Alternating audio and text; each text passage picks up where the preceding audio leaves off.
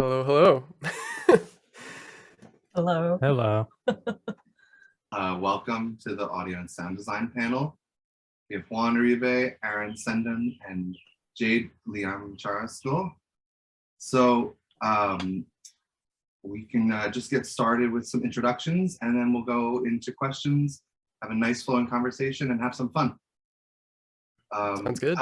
Let's just start with Juan, since you're on my top left. Okay, so introductions, you said. Yeah. My name is Juan Uribe. I am a senior sound designer at Bungie. I've been at Bungie with 3 years, for 3 years. And I am currently living in Seattle, working here. And yeah, that's about it. Jade? Hello. Yes, my name is Jade Liam, she, her. I'm the audio producer at Silver Ray Games. It's coming up to my 2nd year now. So I just basically work all around with the teams, and I try to give the audio team like whatever stuff they need.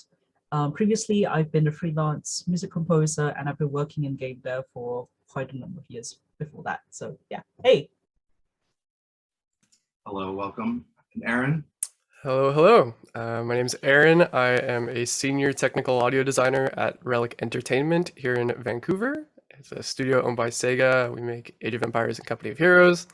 And my role on the team is mostly as the middleman between our sound designers and our game engine. So audio workflow tools, scripting, pipelines, batch processing, all of that fun stuff. That's my go-to, my niche.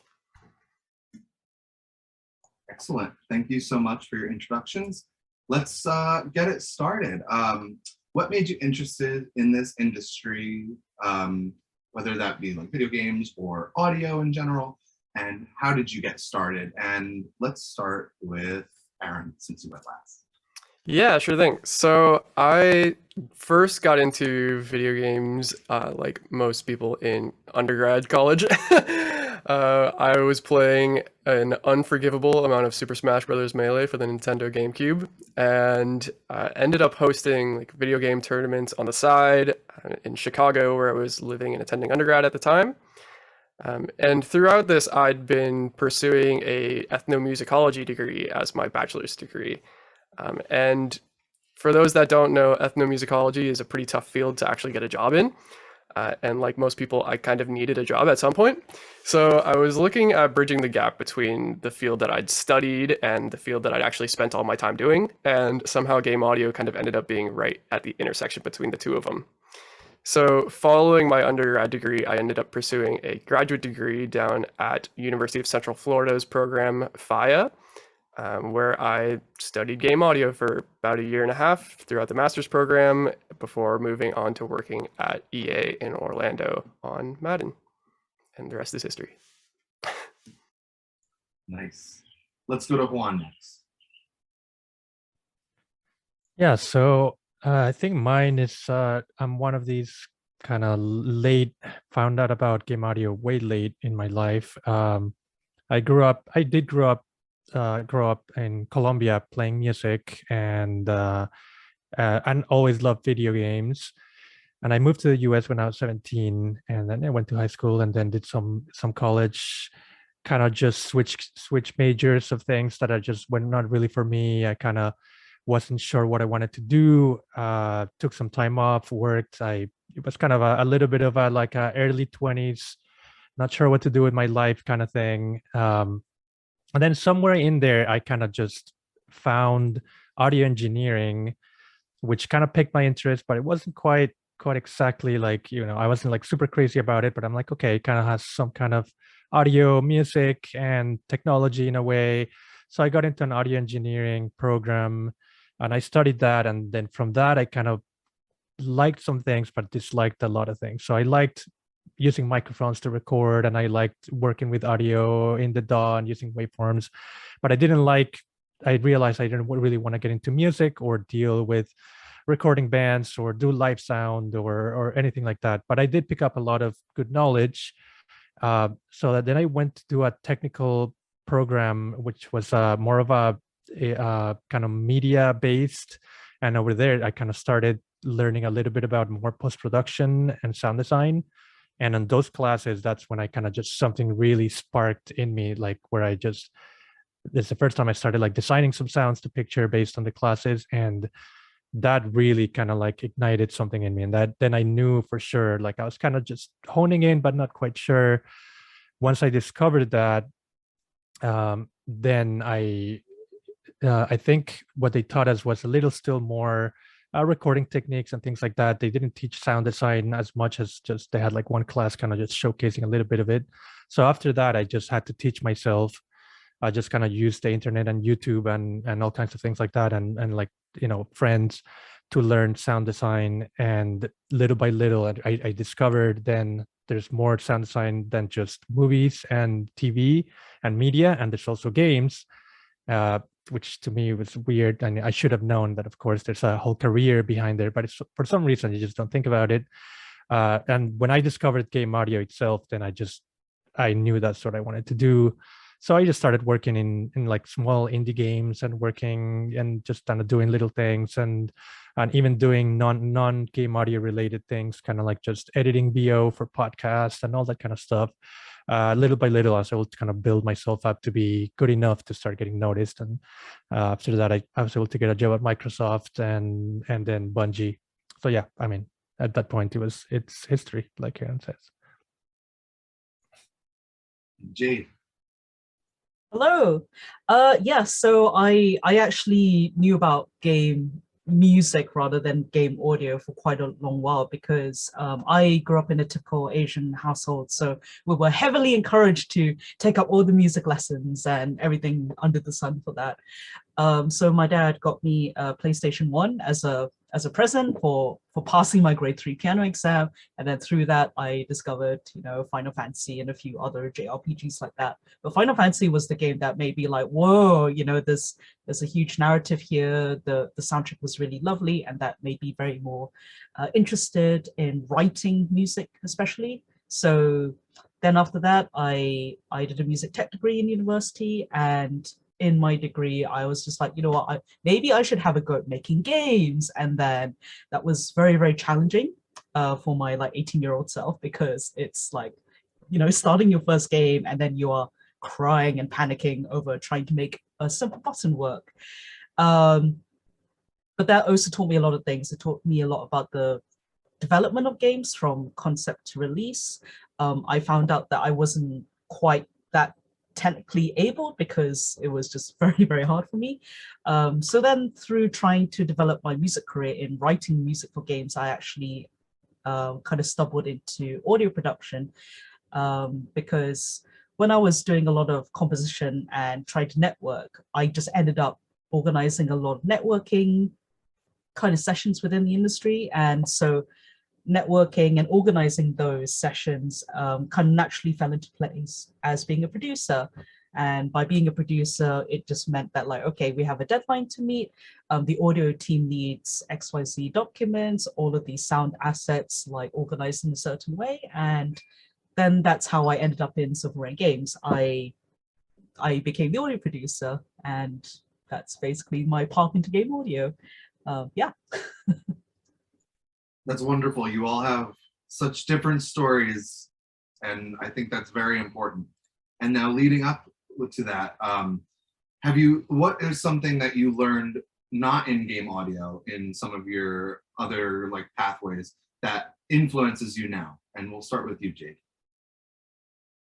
Oh gosh, something not in game audio. I mean, if I were to sum up a really, really basic point, is that there is no such thing as like the ideas person, because everyone in a team will have an idea, but then they'll also have like, oh, a gut feeling or instinct and say, hey, this design is working like this. We want the player to feel like this. And then everyone will input ideas of working together. How can we make this particular mechanic or this design? And then we will all streamline it. And then production team will come and say, hey, you know what, we don't actually have the budget for this, or we don't have the time, etc. We don't have the people power within the studio. And then that's where we need to troubleshoot it and try to strip things down. So I guess like there's a lot of like, oh, wouldn't it be cool if we did this cool audio system, we wrote this amazing soundtrack score. We did this really fun, funky thing with the system and the gameplay, and it's cool and it all works. Yeah, it's a lot more challenging once you try to actually make it work. So I guess hopefully that answers your question. Absolutely. Aaron? Yeah, so I guess outside of game audio, I think the most interesting thing in my life is like building microphones, building video game controllers, which are still, I guess, tangentially related to game audio in some sense. And around 2017, I'd been hosting those video game tournaments, like I mentioned, and had a close friend of mine start to develop RSIs or hand injuries in his left thumb, and he'd asked me to like build him a video game controller that could accommodate for that. So I'd started getting into accessibility and building video game controllers from there. And for the past 5 years, I've hosted a website where I build custom game controllers. And from that endeavor, I've sort of gotten into all sorts of tangentially related electric-y DIY sort of things. So building microphones, making a small form factor like MS microphones, building hydrophones like I did this weekend are pretty much how I spend my time. And those have a dramatic influence on my life in game audio because, of course, I like to play with the fun things that I make. So, yeah. Outside of game audio, but not really outside of game audio. And Juan? Yeah, this is an interesting question that I guess you could take in different directions. I have some thoughts about things that kind of do relate to game audio in a way, but I would say something that has been valuable to me is, especially working in a game studio, I guess, I like to really try to kind of investigate and be curious and learn about all the other disciplines and not just live within my own discipline of game audio, and just whether it be concept art or VFX or animation, all these things, just, you know, not to say to like learn all those things or become really good at them, but just look at them and see how they work and see what they're doing. And that can really influence a lot of your own work. It can also inspire. It can make you be empathetic about some of the struggles they might have. So yeah, I really enjoy, and there's so much amazing stuff, so many good disciplines, and so many interesting things that are happening in all the other departments that, you know, that go into making a game. So I always find that really interesting. Wonderful. Thank you all for sharing. So what has been invaluable in your tool sets? Now that we've talked about in-game audio, out-of-game audio, what do you think is some of the best skills, some of the best software, something that's good for students to learn or to work on after they graduate or something like that? We'll start with you, Juan. I could name quite a lot of things. Let's see. I think I would say something that's very invaluable, and you're starting out, I would say just try to get some kind of small handheld recorder, something that you can just have with you at all times to be able to record sounds. For example, I have this little guy always with me, this tiny pocket-sized, phone-sized, and then yeah, into this guy you can plug in little microphones and things, and you could plug in probably that hydrophone that Aaron was showing, depending on what it is. But yeah, just having something that so you can just go anytime you're walking around the city, you travel around the house, whatever. It could be your pet, could be a squeaky door. It could be, yeah. And I found that you sometimes can find some of the most interesting sounds when you least expect them, and when you just might not be ready. So, and then not only that, but just to have it to be able to just record for whatever project you're working on, to record sounds. So I would say that's kind of just a very invaluable tool for a sound designer to have like original sounds always at your disposal, that you just record it and you can just come and edit and have ready and make a library for yourself of sounds that you can use in the future. And I would say another thing is Reaper. That's the DAW of choice that I use, and all of the Bungie sound designers use. and like they've all slowly switched out of Pro Tools and switched to Reaper. And I just can't say enough about how amazing of a tool it is, how it's probably one of the cheapest, if not the cheapest, depending on how you look at it. So great to get into, and it's extremely flexible to your own needs, and it's extremely customizable, which I'm sure Aaron can tell you a lot about. So I'd say those two things were really valuable. Have been always really valuable to me, but I think they would be really valuable to anyone wanting to get started. Yeah, I think on that note, if you didn't watch my micro talk on how to write Reaper scripts, zoom back on the this presentation by like an hour and then go watch that, because that is a really valuable place to start learning technical skills for game audio, because Reaper scripting is just a huge part of my workflow and a lot of game audio people's workflow for just batch processing a ton of content. Yeah. But Awesome. outside of that, I don't know. I think it's going to be hard to top Juan's answer. But having a recorder on you all the time is just amazing. I mean, you can go with a classic analogy of just using your phone as a recorder if you have nothing else and you don't want to drop $100 right now, because honestly, that's completely understandable. And your phone will at least be able to record something. And if anything, it's a good way to brush up on your editing skills, your denoising skills. But yeah, go out there, record, have some fun. It's a really great opportunity to get started. Wonderful. And that leads us into this question quite nicely. What are some of your tips for adaptive composition and sound design? And we'll start with you, Aaron. So adaptive composition is not my forte.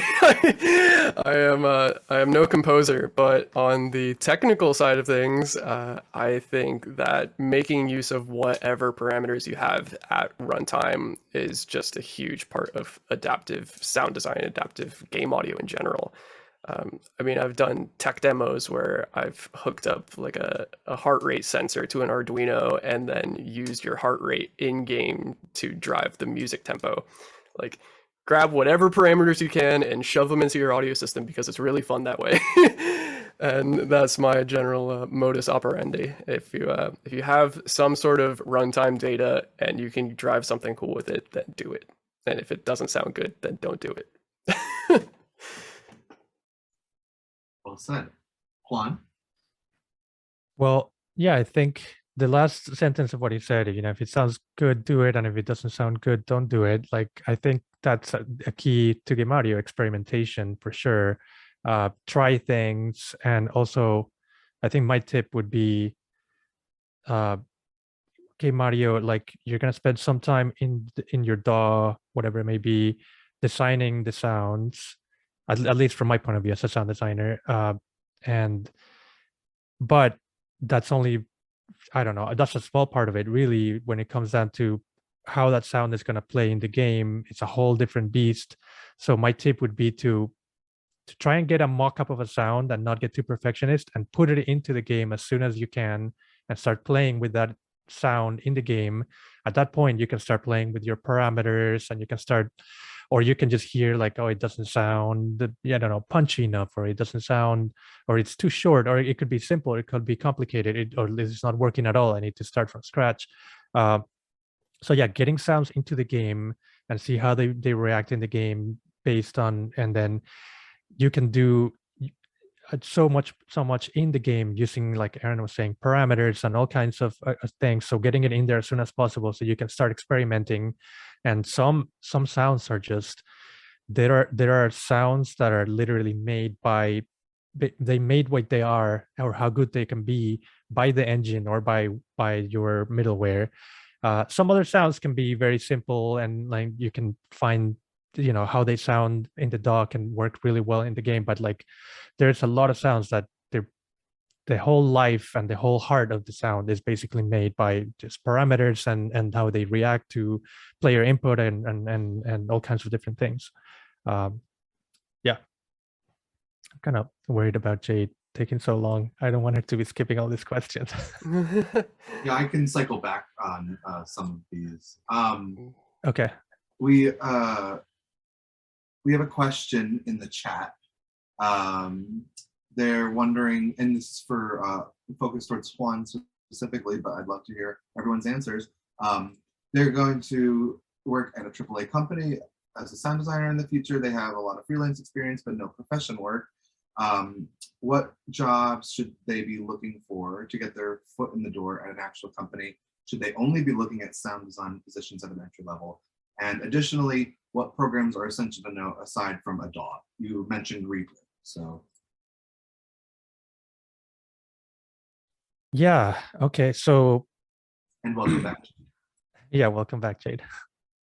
That is a struggle I suffered greatly with, I think, because I my schooling was kind of more audio engineering based, and I had to teach myself sound design, and I also didn't know anything about anything. I didn't know any people. I didn't know how to make a demo reel. My first demo reel, I thought it was about like editing music so it fits a trailer and then putting sound design into it. Like I was lost, and little by little I had to figure out my path, and I always wanted to get into AAA right away. I was like, oh man, I want to get into a studio, and I had a really hard time doing that. So basically, my first few years was me just applying as much as I could to all these AAA studios that were not giving me the time of day, while at the same time I was improving my skills on one side and also seeking out all kinds of freelance, especially indie game.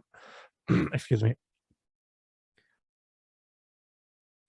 Sorry, all kinds of indie game gigs, like whatever I could take, and trying to make connections and try to find things online. And then that was also developing my skills while I was also getting like little bits of credits, like, oh, I helped kind of work on this little indie game. I contributed the sounds, or like, oh, I shipped this indie game with a co sound designer. And they're very small and like kind of just very no name games, but I was able to kind of put little credits, and instead of me being like, oh, I graduated from an audio engineering school, and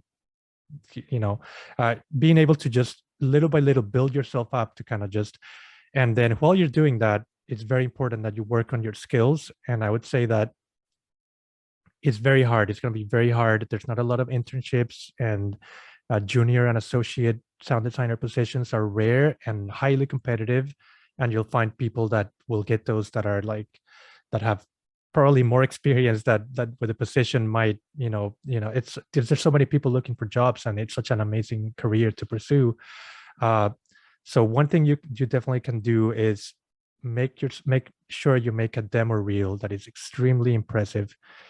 Even if you have like little less experience or not as much experience as you'd want, or as people would want, if you have something that really blows someone away in your demo reel, even if it's a redesign or something that it just catches the attention and catches the ear, and that can go a long way. And then after that, and also not just on the sound design side, but also on the technical side, maybe it's not a game you worked on, but like, find a project, find like a engine, or like some kind of project, or make your own game if you have that kind of skill. It's not saying like that you have to, but like find a way to showcase technical skills, and maybe even marry the technical skills with the sound design skills. And basically just show like, I can do this job. Like I might not have I haven't worked in another AAA game or what have you, but like an audio director and like and just the people that are looking at demo reels, they can tell, like they can really tell when someone has like a knack for something, and they will give you the time of day if you can just really impress them. But while you're doing that, it's really hard to get there. Definitely try to seek out those kind of like smaller projects, anything that you can get into, indie games and small things like that to build yourself up. And then there was a second part to the question, right? What was it?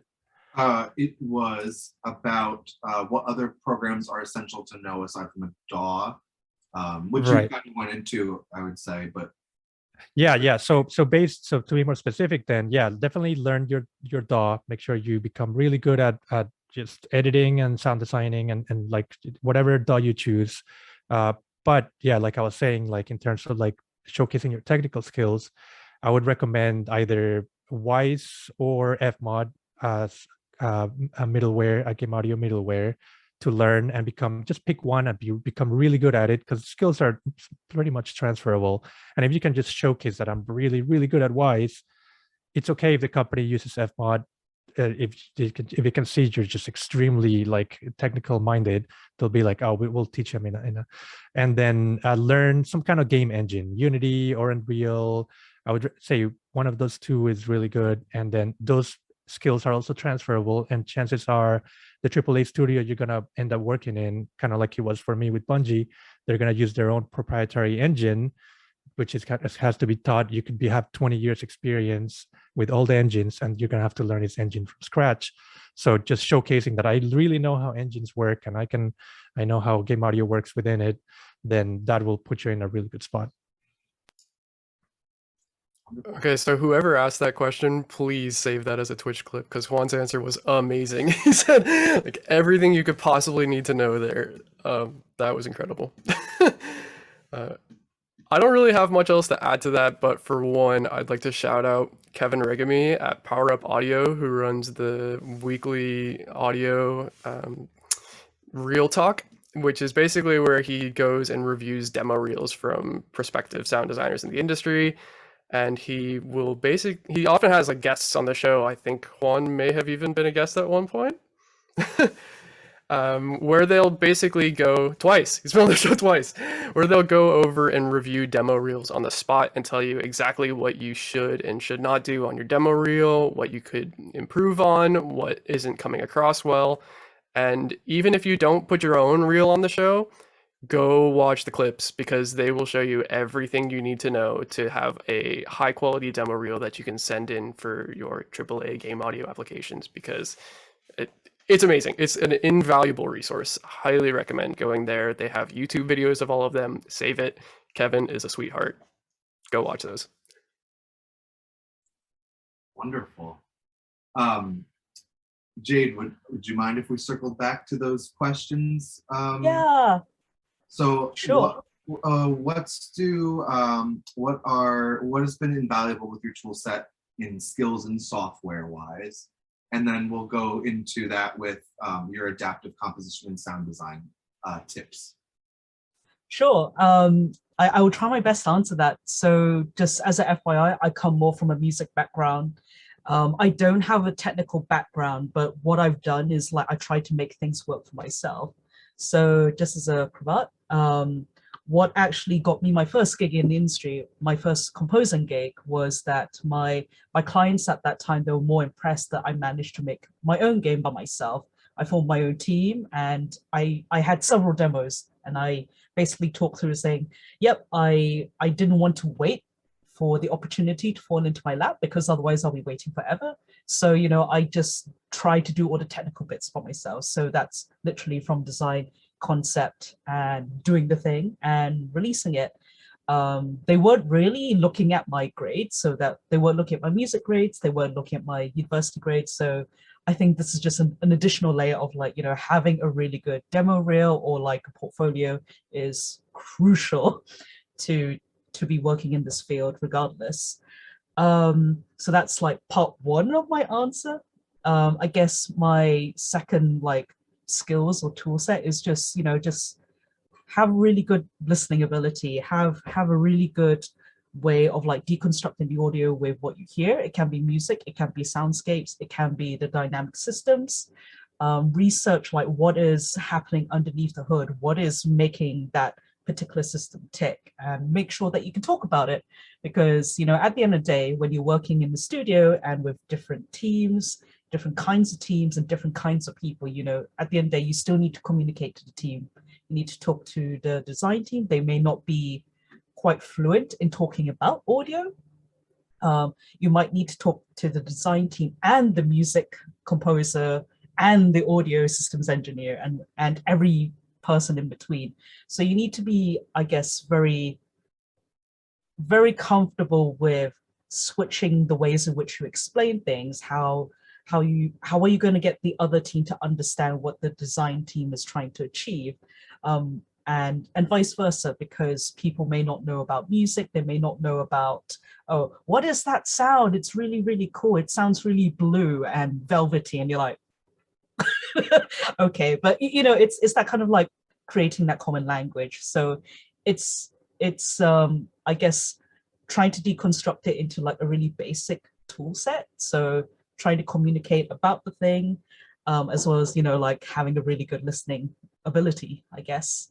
And second question, technical software skills. Yeah, no, just be very comfortable with your DAW. It doesn't matter if it's Logic, Reaper, Ableton, Pro Tools, as long as you know how it works and whether you can create the content that you need it to be to as high standard as possible. So the type of DAW doesn't actually matter. It's what you are able to do with your DAW. And I guess the third part of my answer is that you know, having a technical skill set is very, very valuable in the industry. And I think it's just the nature of audio where audio kind of gets kind of shoved at the end of the pipeline, for example. So if you were like me trying to focus on having a music composition career, it's very, very unlikely that you'll be brought in the very early stages of a project, unless you're very lucky, but most likely you'll be brought in at the late stages. So, you know, you're missing out a lot of like opportunities in that way compared to a technical audio person who is able to work with the engines, work with the middleware, get the two talking, and troubleshooting and bug fixing as well. So yeah, sorry, I did that kind of like help answer the question from a music perspective? Absolutely. Yeah, for sure. Awesome. And I think one thing that hasn't been mentioned yet is that small question in the middle, should I only be looking for sound designer positions at an entry level? And no, not necessarily. I think you should look at tangentially related fields like associate technical audio designer roles or audio QA. Like audio QA is an amazing way to start learning how these larger teams work, get exposed to some of the underlying tool sets, learn how these teams communicate with one another. And if you're interested, then maybe transitioning laterally into working directly on the audio team. But that's the sort of thing that you should be looking out for. I wouldn't just be applying to sound designer roles. I would see what's available within the greater scope of the game development project as a whole. Thank you so much. So what skills do you value in other teammates or collaborators? Let's start with you, Aaron. Communication. That's a pretty good one. Thankfully, I'm fortunate to have wonderful teammates and wonderful colleagues in all of the studios that I've worked at to date. So yeah, just be a good communicator, be able to reply in a timely fashion, know what the person is asking you, don't brush bugs under the rug. They will bite you at alpha. So yeah, that's a simple kind of basic fallback answer there, but it's a big one. Know how to communicate well, be attentive, listen to people, don't be judgmental. Everyone has long days. Crunch is hard. Juan? Yeah, that's a good answer for sure. Basically, don't be a jerk. Be a good person to work with.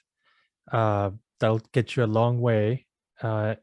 And be able to take feedback, because this career and any discipline in games, you're gonna get a lot of feedback. It's a very collaborative space, and it all comes together. And there's a lot of threads that come together to make one big thing. And yeah, you can't be precious about, you know, being told that something has to change, something is not hitting the mark, or something might be really good but just not quite the right fit for what's, you know, being looked for. And you can get feedback from your own team, from your peers, or from your audio director or any lead. And you can get feedback from other teams. You know, if there's an animator that's very passionate about this specific animation and they're invested in it, they might have some thoughts, and you want to work with them and then be able to produce the vision. And you also probably be giving feedback, because you'll work the same way. You might want certain things, and you might have a certain vision, and you're gonna have to find ways to get, arrive at a compromise. There's gonna be a lot of compromise, and yeah, we are artists, but we are also, it's a very unique way of making art, and it's not like you're just there in a vacuum making a painting and then that's your painting and you just finish it and that's your it's going to be subject to a lot of examination, and it's going to need a lot of massaging to get where it needs to be. Sometimes it might be just perfect, and sometimes it's going to require a lot of iteration. So yeah, and that goes with communication. That's a really good point, and I think it kind of ties back into what Jade mentioned at the very beginning of this, and it's that like every one of us is an ideas person in some sense, and one of your ideas will be cut. You can't have all of your ideas in every game you work on. Yeah, sometimes all of your ideas. And the way you handle that is a really important part of the job. That's what we do. It's what we deal with. And I think becoming an important and valuable member of the team is partially recognizing that not all of your ideas will be in the game. And Jade.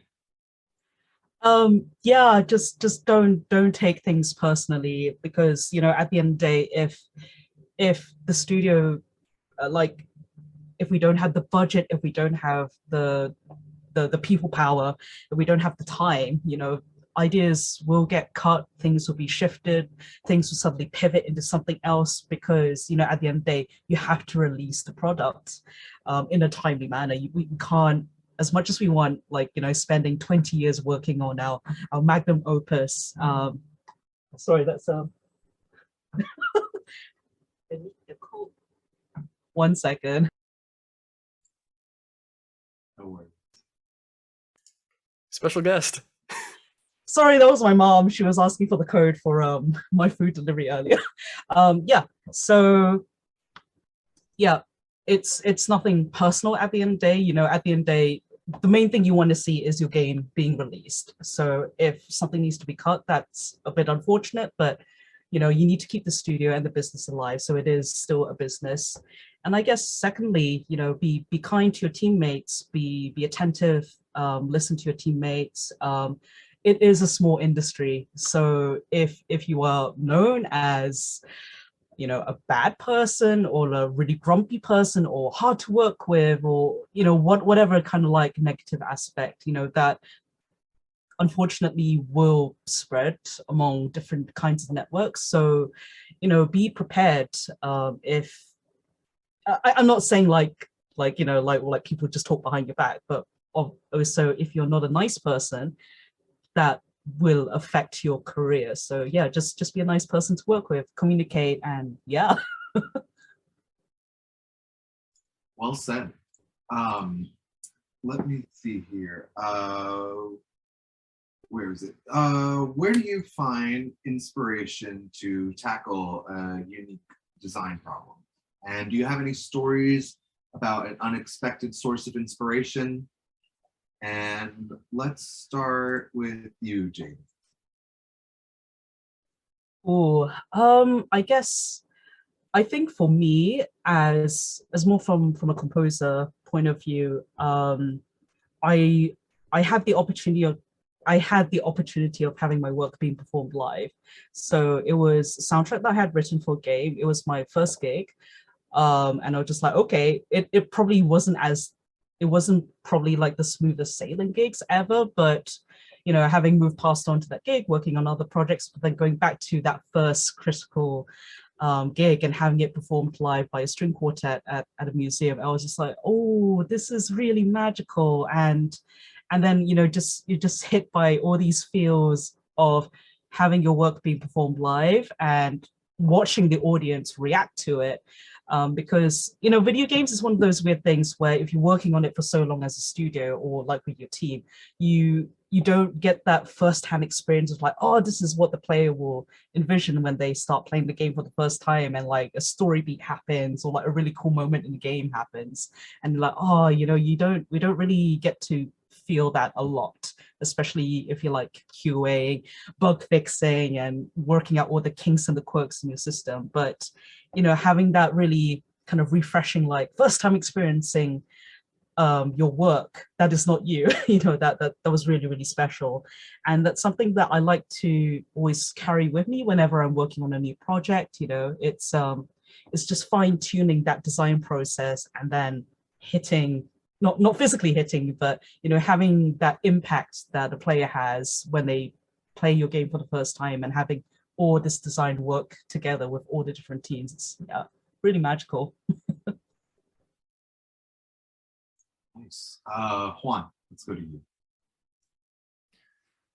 Yeah, so I work on Destiny 2, which is a live service game, which means we're always shipping. Every 3 months, we're shipping a season, and every year we're shipping an expansion. We never stop. And so there's usually tends to be very little time for kind of a lot of pre-production and just taking your time to plan out things. So I'm always just kind of moving. So I tend to find inspiration just on the fly with everything around me, and it usually comes from where I'm living, the house that I'm in, the city that I'm in, the friends that I'm seeing, the traveling that I'm doing. And anywhere I go, I'm always recording. I find it, I love recording. I love recording sounds. It calms me, and it's exciting, and it's fun. And every single season, I've been working for 3 years. I've shipped 14 seasons and 3 expansions, and every single season and expansion has had some kind of sound that I've recorded that comes from that point in time. So I can just almost always tie I shipped that season, season of the Hunted or whatever it may be, 2.5 years ago. And I remember I lived in this apartment and I recorded the trash chute that made this really weird sound. It just kind of creaked in a certain way, and I put it in this weapon that was this big clanky weapon.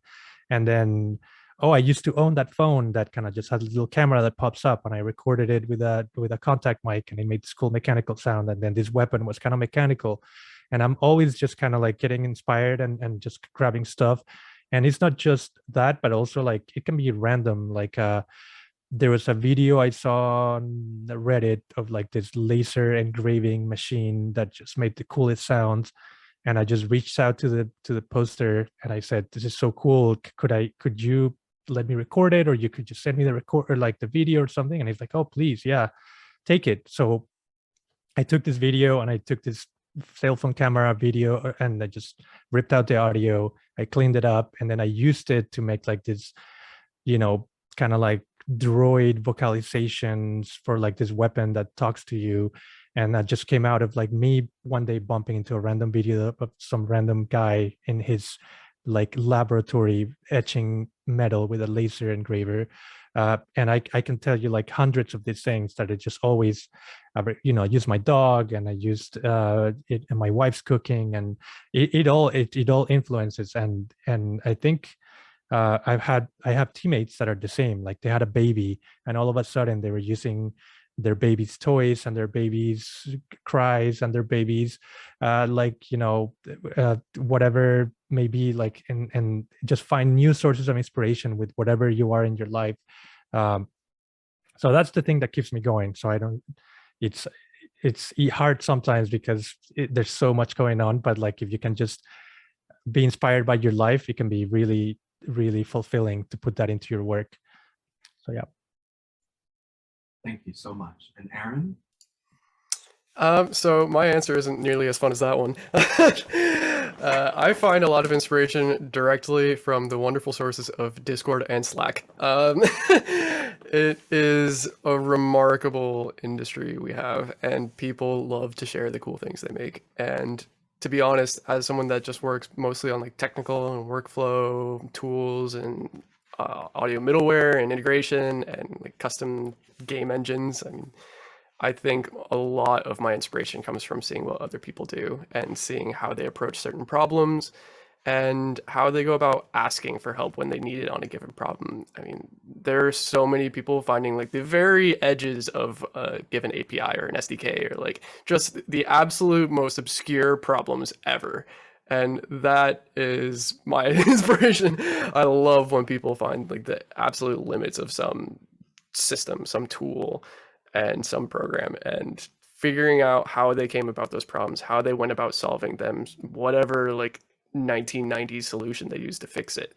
Like that stuff is what gets me going and is what I actively pursue in my work. Wonderful. Thank you all so much.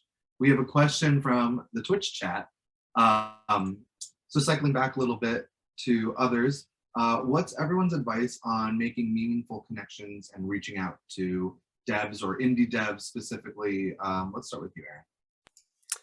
Yeah, so I don't do as much of this anymore, but back in the day, game jams. Game jams were my go-to when I was in grad school in particular. Find your local game jam scene because they're a really good way to find local indie devs, find cool events to attend, and to quickly learn new tools really fast.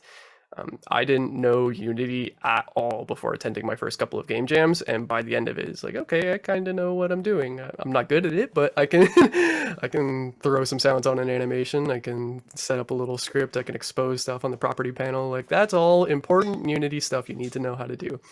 And going to game jams is a really great way to meet local devs, to meet people in person and say like, wow, this is an actual human game developer. Highly recommend going to those. There are online game jams, but I haven't had much success with doing them.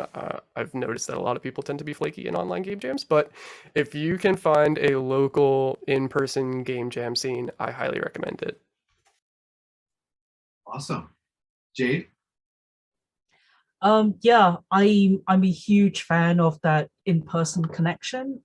It's definitely a lot more successful as opposed to just sending random cold emails to devs and studios and say, hey, I noticed you're working on the game. Are you in need of a sound designer? Or most likely a composer. And even then when I was working on my own game to write music for, I still got cold calls from other composers and other audio people, and I'm like, just, yeah. So I don't know about everyone here, but at least in the UK, like audio people in general, we do have a bit of a bad rep for cold calling. So hence why I'm a huge huge fan of like in-person networking, whether it is just to attend a conference or a festival or something like that, and actually having that meaningful connection with devs who are showcasing and just chatting about their latest work, game jams especially. But as it was mentioned earlier, some people can be a bit flaky, and that proper connection and isn't quite there. So yeah, in-person connection is always good. And something that I have done in the past, which is I tend to find some networking events quite difficult to kind of attend, because a lot of the time it was basically attending a lot of after work pub parties. So I for people who are not based in the UK, the pub and the drinking scene is very, very big. So sometimes that's not really beneficial for a lot of people. So like myself, a female walking home by myself at night is probably not ideal.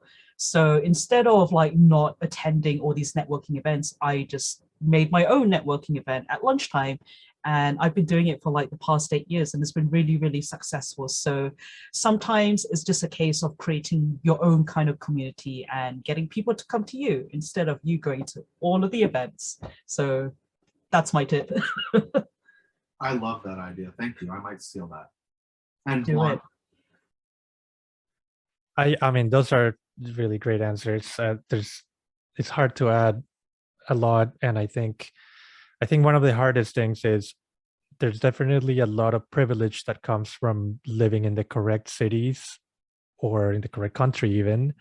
That's something I did. I used to live in Dallas when I moved to the US for the first time, and the scene is not that big in terms of game audio, at least.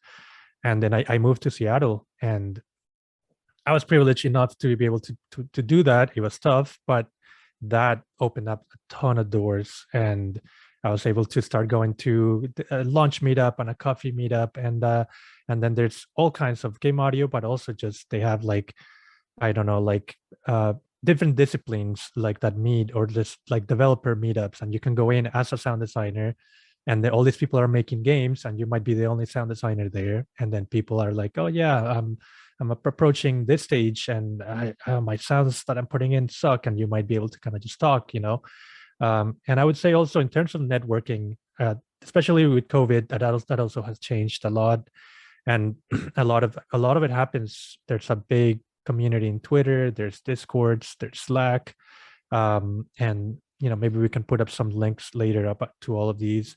But I would say a big thing to always keep in mind is don't use it as a, like a very, don't be cold about like, this is for my career, I want to get this so I can get a job.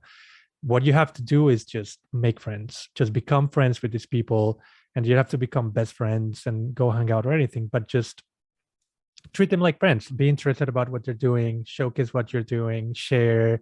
Don't just like aim at people as like catapults are gonna hand you what you need.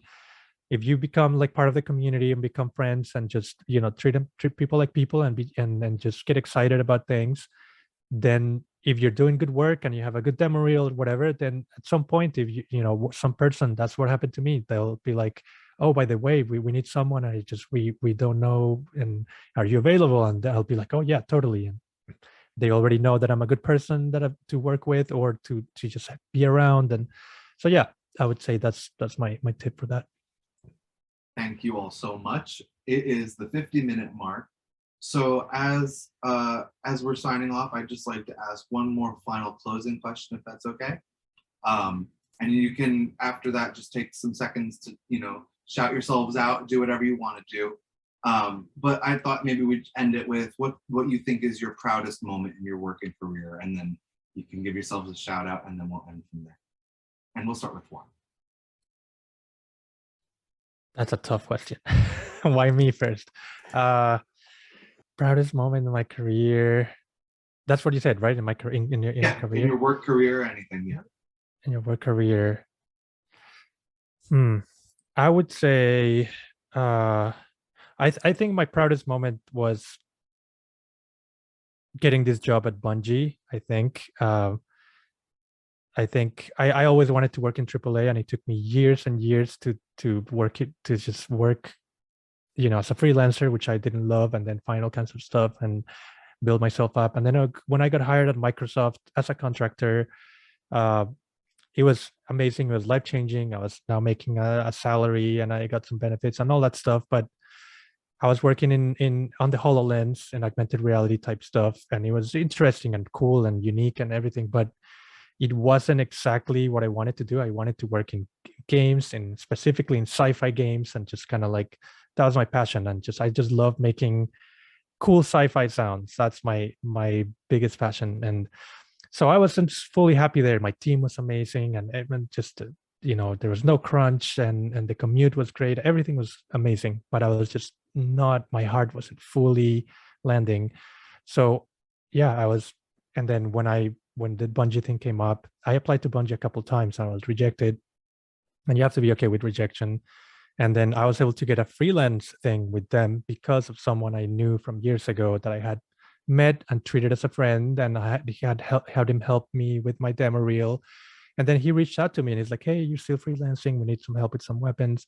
And I helped them with just a few weapons, and they liked how it worked. And then when a position opened, and I applied, and it was a lot of competition, and it was a tough one, and it was a really hard interview process. But when I was able to get this and start working with Bungie, I was really proud of myself, and I think I cried, and it was a big thing for me.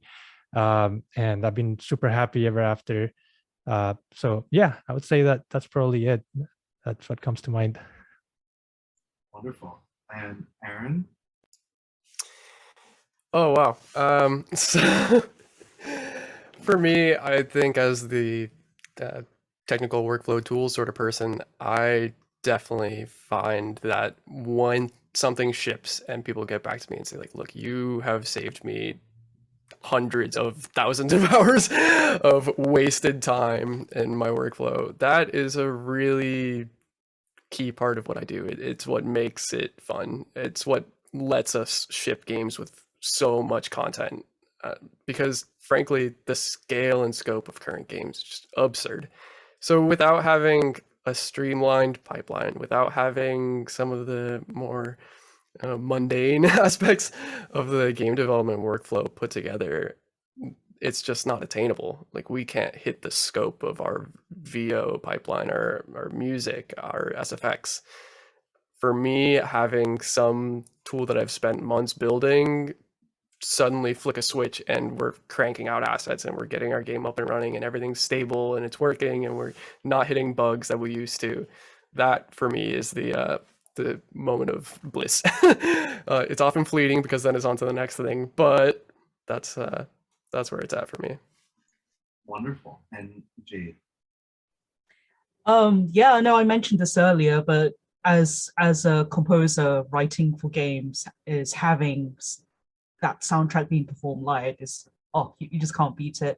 And I guess like adjacent to that is because I've created many different kinds of game dev communities through networking, through I guess more specialized networking, like, oh, we within this community, we need to focus more on like mental health, for example, and then people coming up to me and saying like, oh, I feel really valued in your community, and I feel like I have a place and a home here within the larger game dev community, which can be very loud, very noisy, you know, it can be very intense and overbearing. But for someone to come up to me and say like, hey, I feel really happy in the space that you've created, it's like, oh. and yeah, so that's I guess the second element of what I'm proud of. So yeah. Wonderful. I'll add that is I think that's a very important thing like what Jade does and what a lot of people do in different parts of the world, and or for me, like, you know, the community in Seattle, people that make those communities happen, I have so much respect because it takes so much work. It's beyond, like, I couldn't even imagine so much work creating it, getting it to work, getting it to get, you know, rolling, maintaining it, and then making it a safe space. There's a lot of challenges, and that kind of thing is what helped me be able to build my career. Without it, I don't think I could have done it. So the value of that is way beyond like anything I can imagine. And yeah, so I didn't even know like how much you did Jade. So that is amazing, and it's very few people that have like the, I mean, it takes from your own time and labor and emotional space, and it's a lot. So all those communities, be able, you know, make sure to pursue them and find them and join them, because they're extremely valuable, and be a good part of them, become a good part of them, and you know, contribute to them and make them better than what they are. And I think that's super important. Thank you. Thank you all so much. Well said. I learned so much today. Thank you. Yeah, so thank you. Thank you for having us. Yeah, thank you everyone. Agreed. Really great.